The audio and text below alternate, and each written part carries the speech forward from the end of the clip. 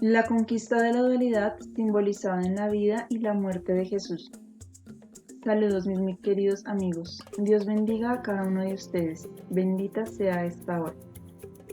La conferencia de hoy es una continuación, así como una ampliación de la última conferencia, Conflictos en el mundo de la dualidad. En este día, muy apropiadamente, se conmemora un acontecimiento muy importante en su historia humana, que está estrechamente ligado a la dualidad, el tema de mi última conferencia.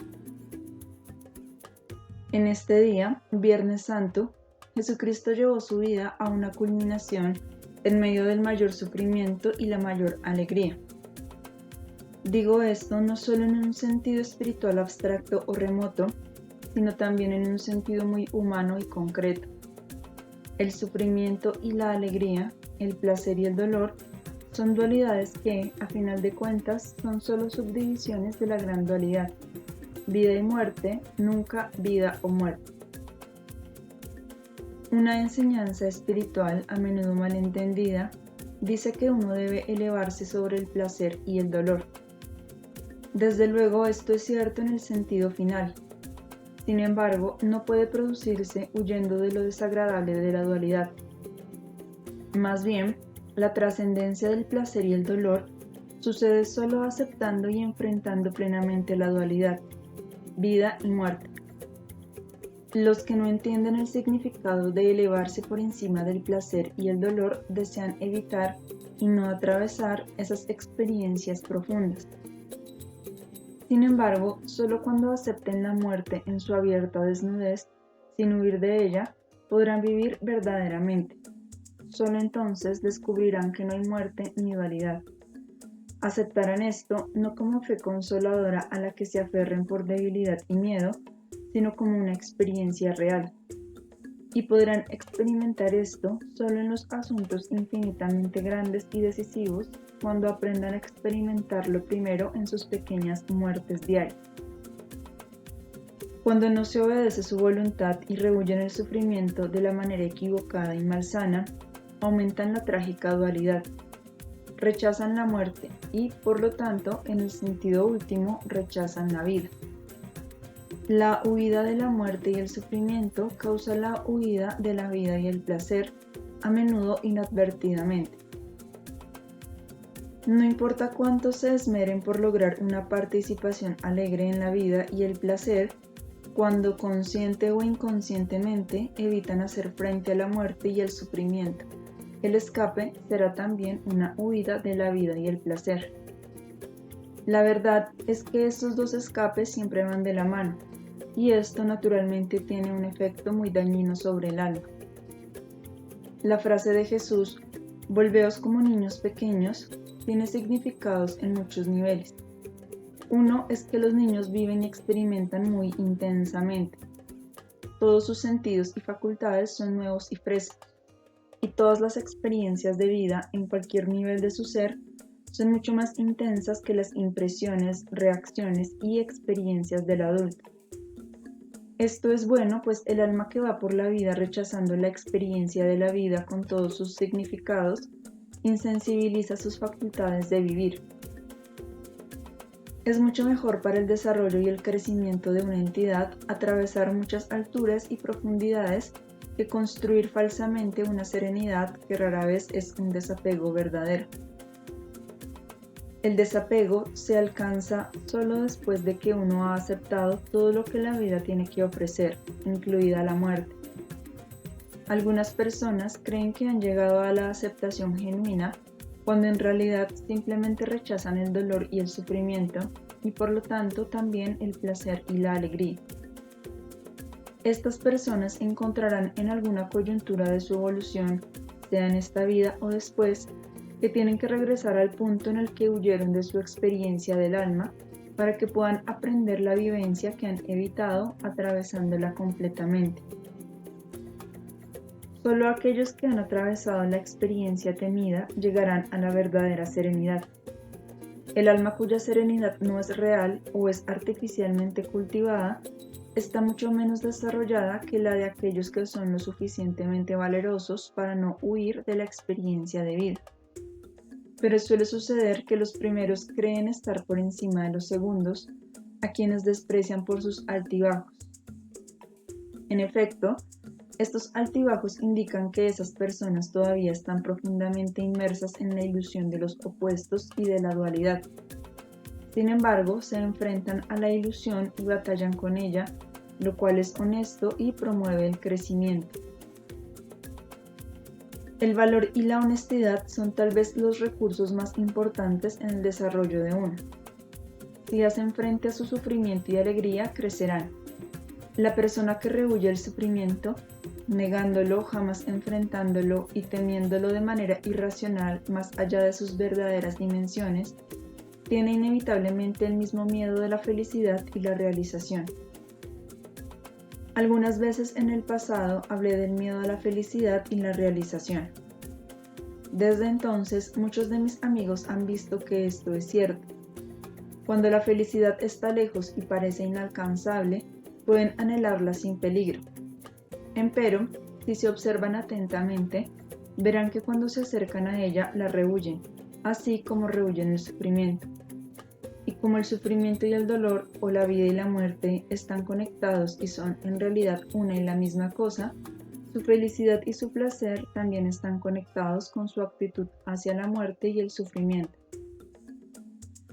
Al aceptar una cosa, también aceptarán la otra. Y a medida que se eleven y crezcan por medio de una, también se elevarán y crecerán por medio de la otra. Su actitud hacia el sufrimiento determina si su alma se beneficia o no durante la experiencia o solo mucho después. Incluso una actitud ciega y rebelde hacia el sufrimiento finalmente beneficiará al alma, y es mejor que una huida del sufrimiento mediante la paralización y la insensibilización de la capacidad de sentir y experimentar. Sin embargo, una actitud ciega e ignorante hacia el sufrimiento los hará sufrir más y durante más tiempo del necesario. El proceso de crecimiento puede comenzar solo cuando su conciencia haya aprendido a no evitarlo. A la inversa, una actitud sana que retiene la conciencia producirá un crecimiento y una liberación inmediatos. Eso que antes los hizo sufrir dejará de ser un elemento de dolor en el momento en que reconozcan la lección que pueden enseñar.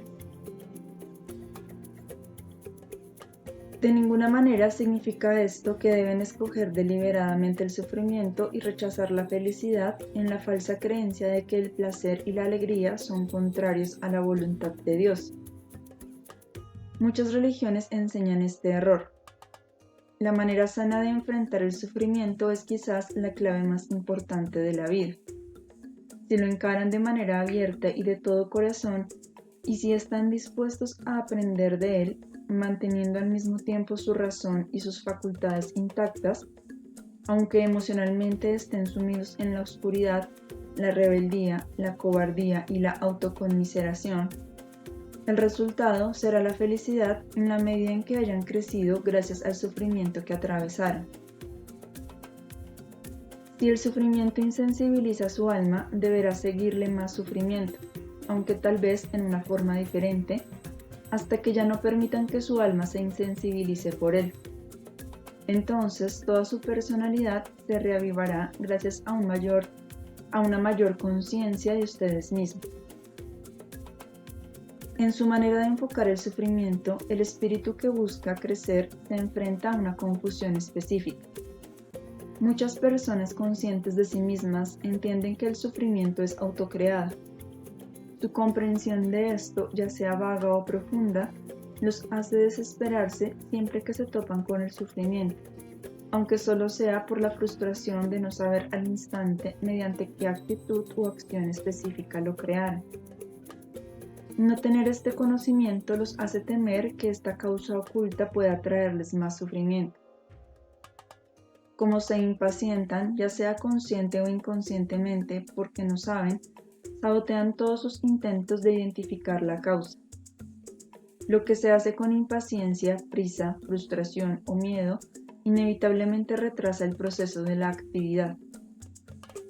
A los que creen que Dios causó su sufrimiento, mismo que tienen que aceptar sin entender la razón, a menudo les va mejor. Tal vez no descubren sus causas subyacentes autocreadas, y es una lástima, pues esto también debe hacerse, pero su actitud es mucho más relajada y abierta. No obstante, la creencia de que Dios es el causante del sufrimiento está determinada por un fatalismo perezoso y conduce a la conclusión lógica de que Dios es sádico y cruel. La mejor manera de lidiar con el sufrimiento combina el espíritu activo de buscar las propias causas internas ocultas con la actitud relajada de aceptar, por el momento, el dolor no deseado y de entender completamente que la aflicción autoinfligida tiene un valor terapéutico. Aquí de nuevo se necesita una combinación adecuada de actividad sana y pasividad, que es lo contrario de una mezcla de actividad y pasividad distorsionadas.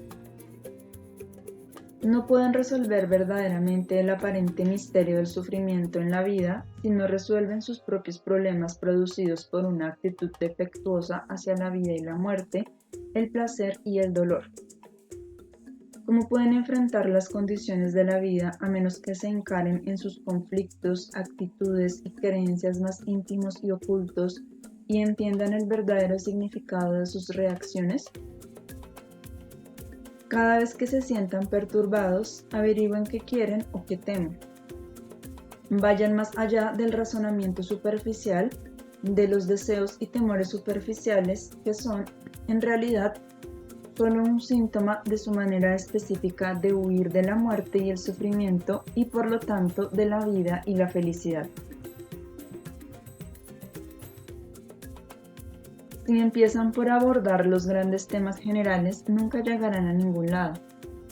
El verdadero crecimiento ocurre solo cuando abordan sus aparentemente insignificantes reacciones diarias de deseo y miedo. Solo entonces aprenderán la actitud correcta hacia la vida y la muerte. Vean cómo huyen de la muerte en las pequeñas cosas y retroceden ante el sufrimiento en los detalles mínimos de la vida que en sí mismos podrían parecer poco importantes. Primero pregúntense qué encierran los temas más mundanos e insignificantes que les causan la más leve desarmonía. Cuando se interrogan así hasta el punto de preguntar ¿por qué quiero esto? ¿Por qué tengo miedo de no obtenerlo?, llegarán al amor que desean y a su miedo de no conseguirlo. Cuando huyen del amor, temerosos de no obtenerlo de todos modos o de volver a perderlo, están atrapados en la actitud incorrecta hacia la muerte que esbocé en la última conferencia y que se manifiesta en cortejar a la muerte porque le temen. De una manera similar, rechazan el amor, temerosos de ser lastimados, de no conseguirlo o de perderlo otra vez. Tratan de convencerse de que no quieren el amor. Lo mismo pasa cuando interiormente tratan de convencerse de que no quieren la vida, porque saben que un día la vida en el cuerpo cesará. Todos los pequeños temas conducen a la cuestión de ser amado versus no ser amado, y por lo tanto a la de la vida versus la muerte.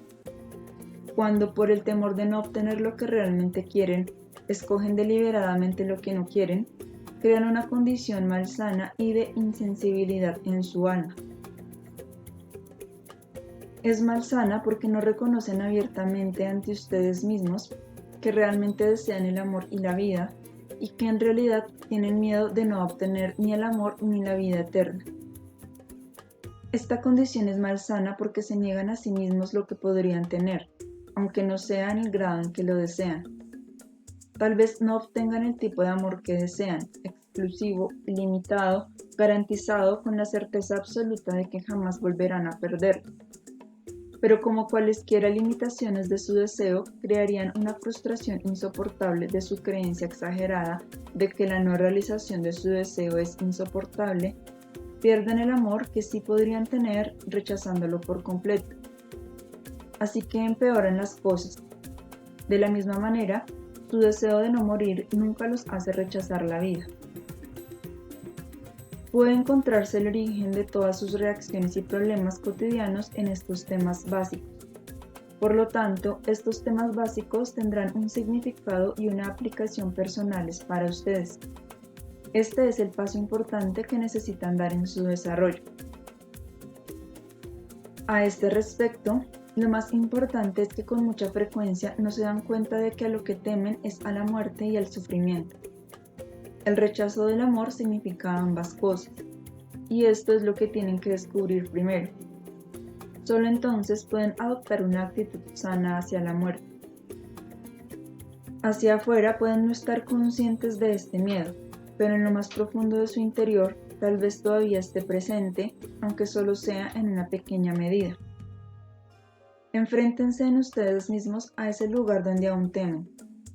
Sean conscientes de él y entonces aprenderán a morir, y por ende a vivir, conforme se den cuenta de su temor real a la muerte en cualquier forma, la muerte física misma o una ocurrencia negativa, liberarán la fuerza de vida que hay en ustedes, lo que luego los vigorizará para hacer frente a lo que temen.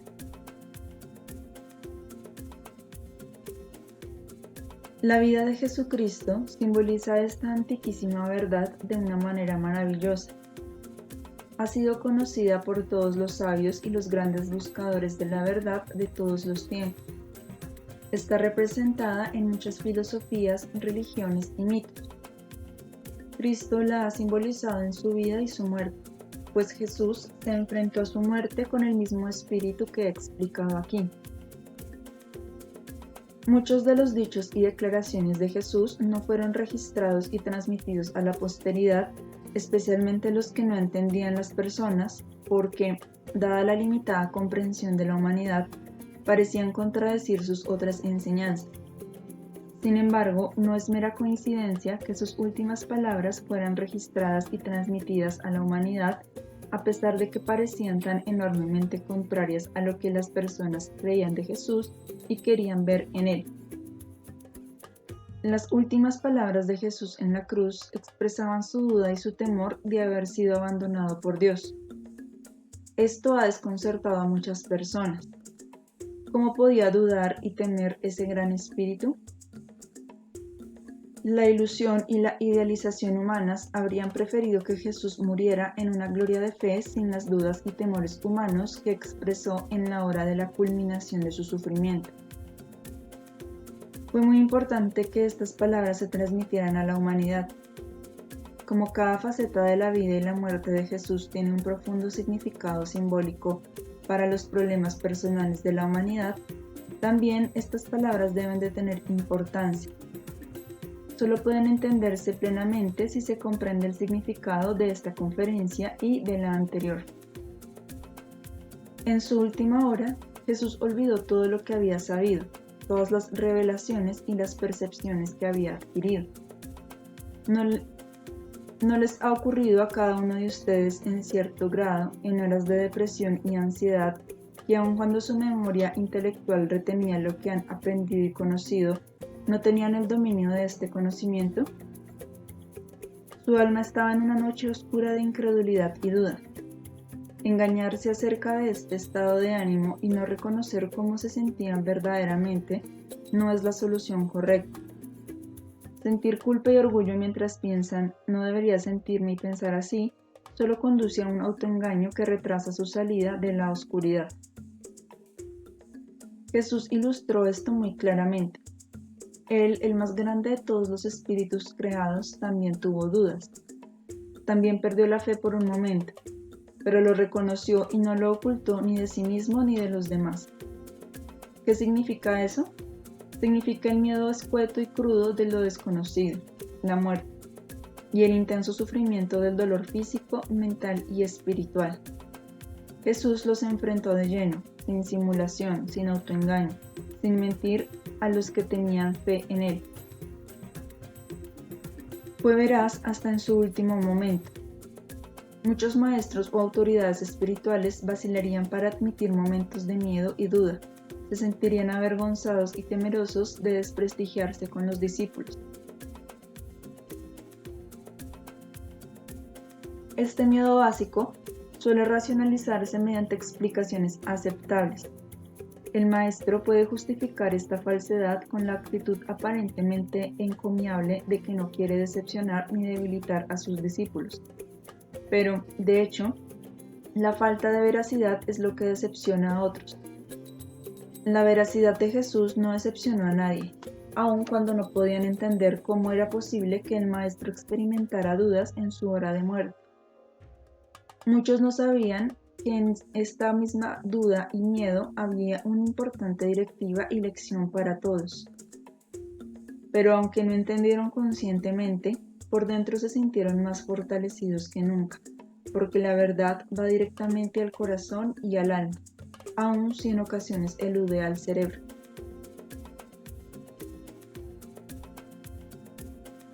Cuando las explicaciones intelectuales no oscurecen lo que el corazón y el alma percibe, y la personalidad permite a la intuición funcionar a pesar de consideraciones intelectuales aparentemente contradictorias, la persona tiene una profunda pureza e inocencia que no tiene nada que ver con las palabras inocencia y pureza tal como las usan los fanáticos religiosos.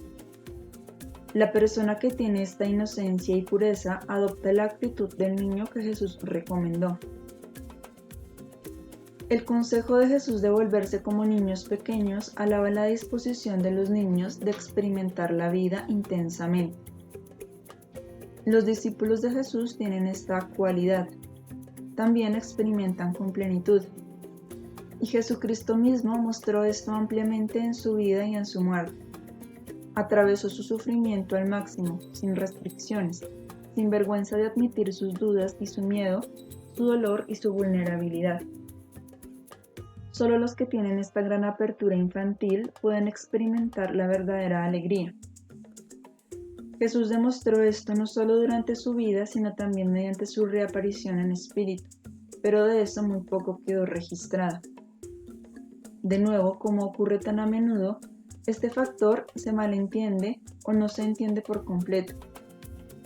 Incluso los que entienden que la resurrección y la aparición de Jesús indican la continuación de la vida espiritual, no llegan al grado de entender este fenómeno desde un punto de vista mundano. Creen que Jesús simplemente demostró que la vida continúa y eso es todo. No se suponía que este fenómeno demostrara solo que la vida sí continúa en el espíritu. Significará algo más para ustedes aquí y ahora, mientras todavía están en esta encarnación. Si Jesucristo en su hora de desesperación olvidó lo que había conocido, es aún más seguro que otras personas hagan lo mismo cuando pasen por dificultades. La convicción intelectual tiene sus límites en tiempos así. Jesús sabía esto mejor que nadie. La reaparición de Jesús no podía ser más que una teoría para los que no estaban presentes y para las generaciones sucesivas, sino entrañaba un significado más profundo. Su reaparición dice claramente: después de haber enfrentado por completo mi calvario, sin simulación ni autoengaño, y de haberlo atravesado hasta su fin último, ahora vivo en el sentido verdadero y pleno de la palabra. Ustedes también pueden hacerlo. No tienen que esperar a la muerte física, porque mueren muchas muertes todos los días en todos sus pequeños calvarios y luchas. La manera en que vivan estos determina la vida subsecuente y la plenitud de la alegría que puede hacer de ustedes. Si se enfrentan a estos calvarios y luchas con un espíritu similar de veracidad, experimentarán la vida y la alegría en la misma medida mientras aún están encarnados. Este es el mensaje, el significado último de la reaparición de Cristo, aparte de todos los demás significados. Aquí está el más grande simbolismo vivido jamás demostrado. La vida en la tierra es un símbolo de la realidad y no al revés. Y lo mismo ocurre con la vida y la muerte de Jesús. Significó mucho más que una lección para cada individuo acerca de la historia de la evolución, la vida después de la muerte y la promesa después de la muerte. Para descubrir lo que realmente significa, no tienen que esperar hasta el momento en que dejen su cuerpo terrenal. Tienen oportunidades diarias. Realmente no es importante que ahora puedan creer en una vida después de la muerte. Todos los días ofrecen una oportunidad a todos, independientemente de lo que crean o no crean, para aprovechar la vida al máximo, dándose cuenta de lo que es la pequeña muerte cotidiana, enfrentándola y al hacerlo aprendiendo a discriminar entre lo que es inevitable y lo que no lo es. Si enfrentan lo que es inevitable, la muerte física, así como los resultados de sus pasadas actitudes equivocadas, con un espíritu de pasividad relajada, mientras que al mismo tiempo desean crecer y aprender de la experiencia, reconocerán dónde y de qué manera escogen dificultades que no son inevitables. Cuanto más escojan estas últimas, más invitan y se exponen a extremos que deben ser evitados. Solo mediante una autobúsqueda muy personal pueden determinar cómo reaccionan tanto a lo inevitable como a lo que no lo es. Esta cuestión plantea un problema similar al de la independencia y la interdependencia. Solo el autoanálisis personal puede dar la respuesta a cada individuo. No hay otra manera, ninguna regla general a la que uno pueda adherirse rígidamente. Recapitulo. Como el aislamiento y la soledad provienen de una dependencia interna y no reconocida, en contraposición a la interdependencia sana, que resulta de la confianza en el ser interior, así sucede también con la cuestión de la inevitabilidad. Al huir de lo que es inevitable, atraen a ustedes desventajas evitables. Tienen tanto miedo de las dificultades inevitables que se autoimponen más dificultades. Encuentren este patrón y seguramente descubrirán que las dificultades inevitables cesan después de que las han reconocido y atravesado. ¿Tienen alguna pregunta? Pregunta. ¿Cómo pueden las dificultades no ser dificultades? Pensemos en la tortura, por ejemplo. No tengo miedo de la muerte, pero sí de la agonía de morir. Respuesta. Mientras no se le ha atravesado, sí es una dificultad. No se espera de ti que te digas lo contrario. Al revés, negar tu miedo sería una forma de huir o negar la muerte y por lo tanto la vida. Solo los que han atravesado la muerte tienen la certeza de que no hay muerte. Para descubrir esto, deben atravesarla. Los grados menores de la muerte, como lo son todas las formas de sufrimiento, también deben experimentarse a fin de descubrir que no son los extremos de la muerte o del sufrimiento que se temía que fueran. Muchas veces no son ni dolorosos ni aniquiladores. Encontrarán muchos ejemplos de esto si pasas revista a tu vida. Encontrarás muchos ejemplos de esto si pasas revista a tu vida. Cuando repases algunas de tus experiencias, descubrirás que aquello que te producía aprehensión y que te parecía desproporcionadamente horrible cuando lo tenías enfrente, dejó de ser temible una vez que lo experimentaste. A final de cuentas, esa experiencia no te tocó, salvo en el sentido positivo, porque te hizo crecer. Realzó toda tu personalidad, no solo tu proceso de pensamiento, sino también tu vida emocional. Si te interrogas con mucha sinceridad, al mirar retrospectivamente, admitirás que la experiencia ya no es un horror. Por lo tanto, el horror debe de haber sido irreal, ya que una realidad es permanente e inmutable. Solo las ilusiones pierden intensidad con el paso del tiempo. Sin embargo, mientras experimentes algo que es irreal como una realidad, el remedio no está en tratar de convencerte de lo contrario. Tratar de evitar lo inevitable es inútil. Lo que realmente ayuda es que reconozcas tu miedo y tu sufrimiento y los vivas relajadamente. No puedes evitar la ilusión del sufrimiento diciéndote que es una ilusión. Para ti es real y por lo tanto tienes que atravesarlo. Permanece consciente todo el tiempo de tu conocimiento intelectual sin tratar de imponerlo a tu reacción emocional. Permite que ambos existan libremente, lado a lado, mientras observas tus pensamientos y tus sentimientos. Esto podría facilitarte atravesar el sufrimiento y realmente experimentarlo. Solo una entrega sin reservas a la experiencia de vida con todos sus componentes te ayudará a elevarte por encima de las dualidades. Pregunta. Dijo usted que uno podía decepcionar a las personas solo mediante la falsedad y no de ninguna otra manera. ¿Podría explicar esto un poco más, por favor? Respuesta. Cuando uso la palabra verdad no me refiero a las pequeñas verdades que las personas suelen expresar de una manera irreflexiva y cruel y que no tienen nada que ver con la verdad. En ocasiones, la gran verdad puede no contradecir la pequeña verdad. Sin embargo, otras veces la pequeña verdad puede ser muy contraria a la gran verdad. No existe una regla que pueda guiarte aquí. Como sucede con todas las verdades, cada caso es individual. La discriminación y un proceso de pensamiento activo son necesarios en todo el proceso, a fin de darse cuenta de cuándo una pequeña verdad corresponde a la gran verdad y cuándo no.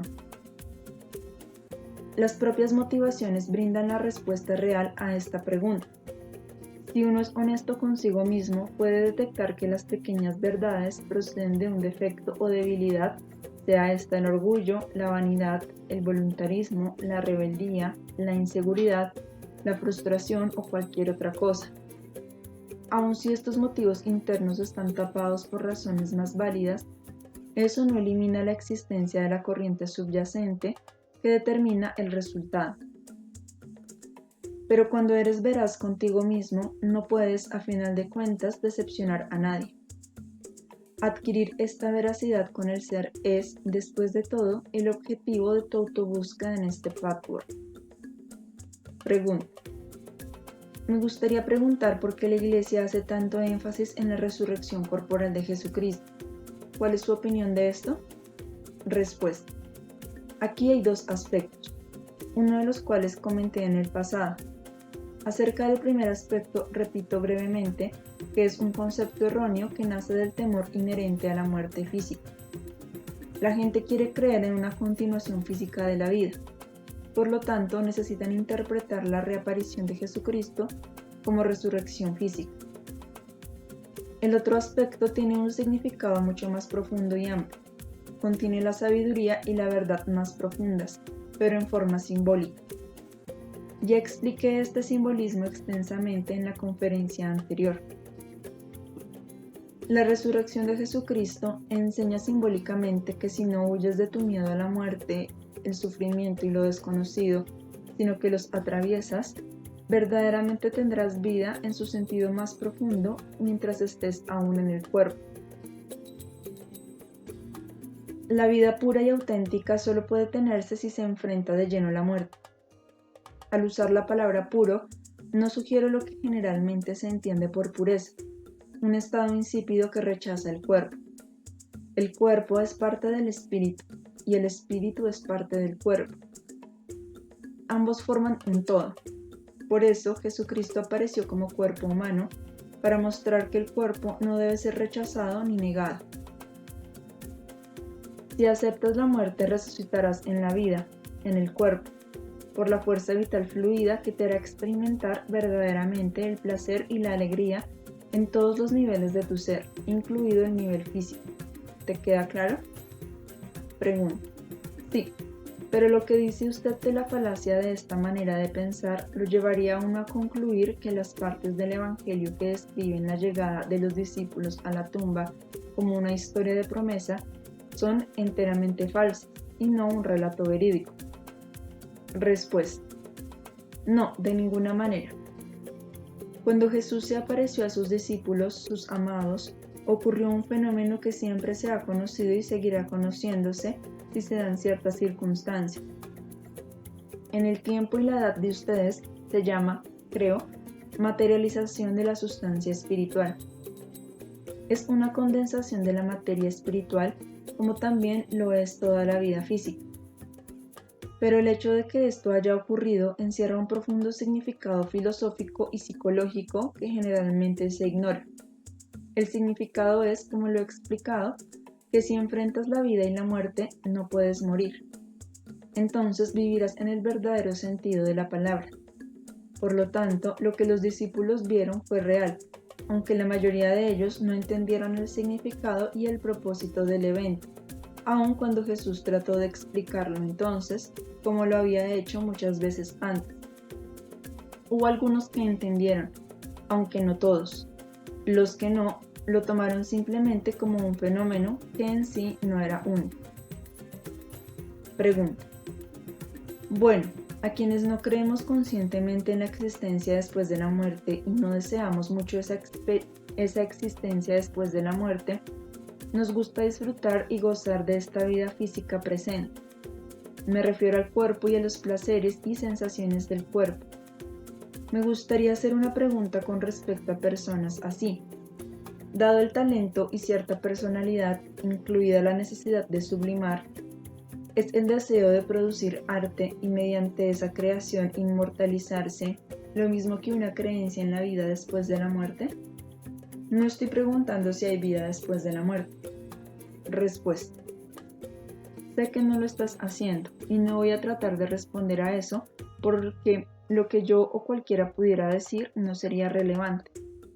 Puedes llegar a una respuesta solo por medio de tu propia experiencia. Si sobreimpones una creencia que no es genuinamente tuya, eso es mucho menos sano que admitir una incredulidad. Ese es solo uno de los puntos en los que hice hincapié en la última conferencia. Ahora responderé otros aspectos de tu pregunta. En primer lugar, quiero que quede claro que el verdadero conocimiento y la experiencia de la continuidad de la vida después de la muerte, si se llega a ellos genuinamente a través del desarrollo, y la actitud correcta y sana descrita en estas conferencias, no sacrifica ni puede sacrificar ni pretende sacrificar los placeres corporales en favor de una vida espiritual que vendrá después de la física. Todo lo contrario, solo quienes se aferran a la fe religiosa por miedo y debilidad llegarán a la conclusión de que una se opone a la otra. De hecho, si estas dos conferencias se entienden bien, esto será evidente. Como la fuerza vital liberada debe fluir por el cuerpo, hace que la persona entera sea más receptiva y capaz de experimentar placer en todos los niveles, incluido el físico. Sin embargo, este placer completo solo puede experimentarse si el alma está sana. Un alma enferma es incapaz de experimentar placer. Al mismo tiempo, si una persona sana los aspectos y actitudes malsanos de la personalidad, esa persona no solo se vuelve capaz de experimentar mayor placer, sino que también vive una vida más plena. Casi como subproducto, también hay un incremento de la creatividad. Las personas así empiezan a vivir la realidad de las leyes espirituales y la verdad. No es coincidencia que las personas que pasan por un buen análisis muchas veces llegan a creer en la realidad de las leyes espirituales y la verdad. Esto rara vez indica la aceptación de una religión confesional, sino más bien la presencia de su propia comprensión, experiencia, evidencia interna y conocimiento. Todos estos son subproductos de sanar el alma de sus conceptos erróneos, distorsiones y desviaciones. La verdadera experiencia del placer en todos los niveles, el desarrollo de las capacidades creativas y el conocimiento interno de la verdad espiritual son, todos ellos, subproductos de la salud interna. Al mismo tiempo, cuanto más enferma o distorsionada está el alma, menos capaz es de experimentar el placer verdadero y más se paralizarán sus habilidades creativas inherentes. El hecho de que algunas personas sean muy creativas a pesar de tremendos conflictos internos no contradice lo anterior. En estos casos, el talento creativo es tan grande que se expresa a pesar de los problemas del alma y muestra cuánto está separada una persona así de la realidad en todos los niveles.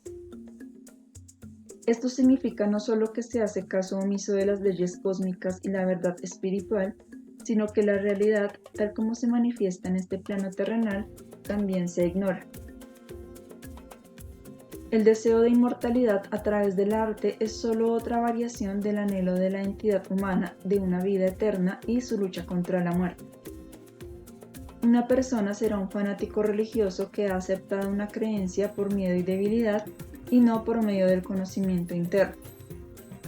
Otra cree ser más fuerte que la primera porque no necesita una fe así. Pero esta forma de expresión, a través del trabajo producido, surge de la misma raíz, el deseo de inmortalidad. Ninguna de ellas quiere soltar, quieren aferrarse a la vida, no pueden rendirse. Este aferramiento, esta incapacidad de rendirse, ya sea que se manifieste en la gran pregunta o en pequeños asuntos cotidianos, mantiene al alma prisionera.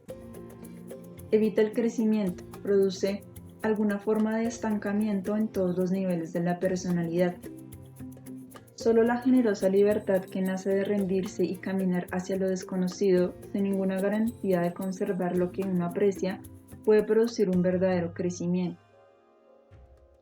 Así que el deseo de inmortalidad a través del arte, la ciencia o cualquier otra expresión es, en esencia, no muy diferente de la del fanático religioso que se aferra a la fe por miedo. Como lo expliqué en la última conferencia, el ateo también se desvía y se enfrenta a la muerte de manera equivocada, así como lo hace la persona falsamente religiosa. Esta última dice: quiero creer porque le tengo miedo a la muerte, no quiero soltar, no quiero rendirme.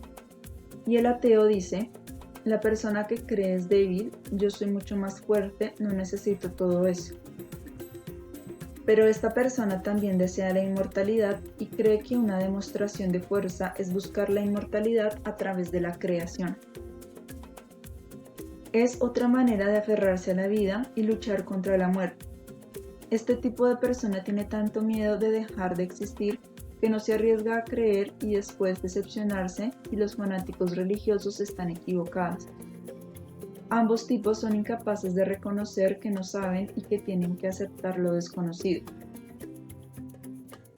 Ahora bien, amigos míos, las muchas personas que hacia afuera admiten esta ignorancia no necesariamente lo dicen en serio, lo sienten ni lo viven. Ellas también pueden manifestar la huida de la muerte en sus actitudes más íntimas.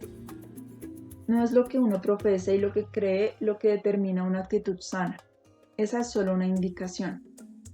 El deseo de morir, por ejemplo, no necesariamente indica una creencia verdadera en la vida después de la muerte, ni la propia reconciliación con la no existencia. Simplemente puede ser la expresión de estar cansado de lidiar con la vida, que es, desde luego, el resultado de no saber cómo lidiar con la muerte. Y ahora llegamos al asunto de la sublimación. La sublimación puede ser, y con mucha frecuencia es, malentendida y es un fenómeno muy malsano. Puede ser un proceso distorsionado y dañino en el concepto tanto del fanático religioso como del psicoanalista. El primero sublima cuando dice: la vida de la carne es pecaminosa, es contraria al espíritu, representa al demonio y por lo tanto debo sublimar los impulsos de la carne y espiritualizarlos. Esto conduce a la represión, y cuando ustedes ven la represión con ojos nuevos, verán que no es nada más que deshonestidad, autoengaño, una actitud de avestruz y una falta de autoconciencia. Por otra parte, el psicólogo afirma que la realidad es tan deprimente, tan desesperada y contradice tanto mis impulsos de placer que no tengo más opción que sublimar. Escojo esto como un arreglo, un mal menor. Por una parte, tendría que vivir de acuerdo con los instintos primitivos más irrefrenables y primitivos si quisiera satisfacer mis impulsos de placer. Pero, por la otra, esto me haría entrar en conflicto con mi ambiente y por lo tanto se me impediría experimentar el placer a priori. Así que la situación no tiene remedio. Estos instintos irrefrenables y primitivos no son más conducentes al principio de placer que el rechazo espiritualizado del placer corporal. En un alma madura y sana, el impulso del placer jamás entra en conflicto con el propio ambiente. Esto no se debe a la sublimación, la resignación ni la represión. Sucede porque los instintos crecen dentro del resto de la personalidad y por lo tanto se vuelven, al avanzar el desarrollo, tanto más receptivos al placer en una forma mucho más elevada que los instintos irrefrenables y primitivos. El placer acrecentado incluye el nivel físico. Esta inclusión proviene, a su vez, de enfrentarse a la muerte y al sufrimiento. Sucede eliminando la negación y luego, lentamente, poco a poco, derritiendo la dualidad. Al hacer esto, la realidad, tal como lo conocen en la Tierra, empieza a cambiar. Primero sutilmente en su propio mundo interior y después lentamente en el mundo exterior. Es completamente erróneo decir que la capacidad creativa es el producto de la sublimación o, para decirlo de un modo diferente, que viene de trasladar el impulso del placer a otra área de la personalidad. La personalidad humana sana, tal como se le concibió, es lo suficientemente rica para contener ambas cosas, así como muchos otros modos de expresión en la vida. Solo el alma limitada y distorsionada tiene que escoger uno. Es muy cierto que si reprimen su impulso de placer, este debe expresarse en otra parte, y a menudo lo hacen en el área de la creatividad. Pero eso no significa que no podría expresarse de manera más clara y poderosa si su personalidad estuviera integrada y funcionara saludablemente en todos los niveles. Se manifestaría de una manera más constructiva y plena, no como un sustituto de la vida, sino como la plena realización de ella. Mis muy queridos amigos, en este día muy especial he tratado de mostrarles cómo encaja la fase actual de nuestro trabajo, de su desarrollo interno, en los grandes eventos de la historia de la evolución cósmica y humana. Sean benditos todos ustedes. Reciban nuestra fuerza, amor y bendiciones. Tomen esta fuerza y utilícenla de la mejor manera para cada uno de ustedes. Queden en paz, queden con Dios.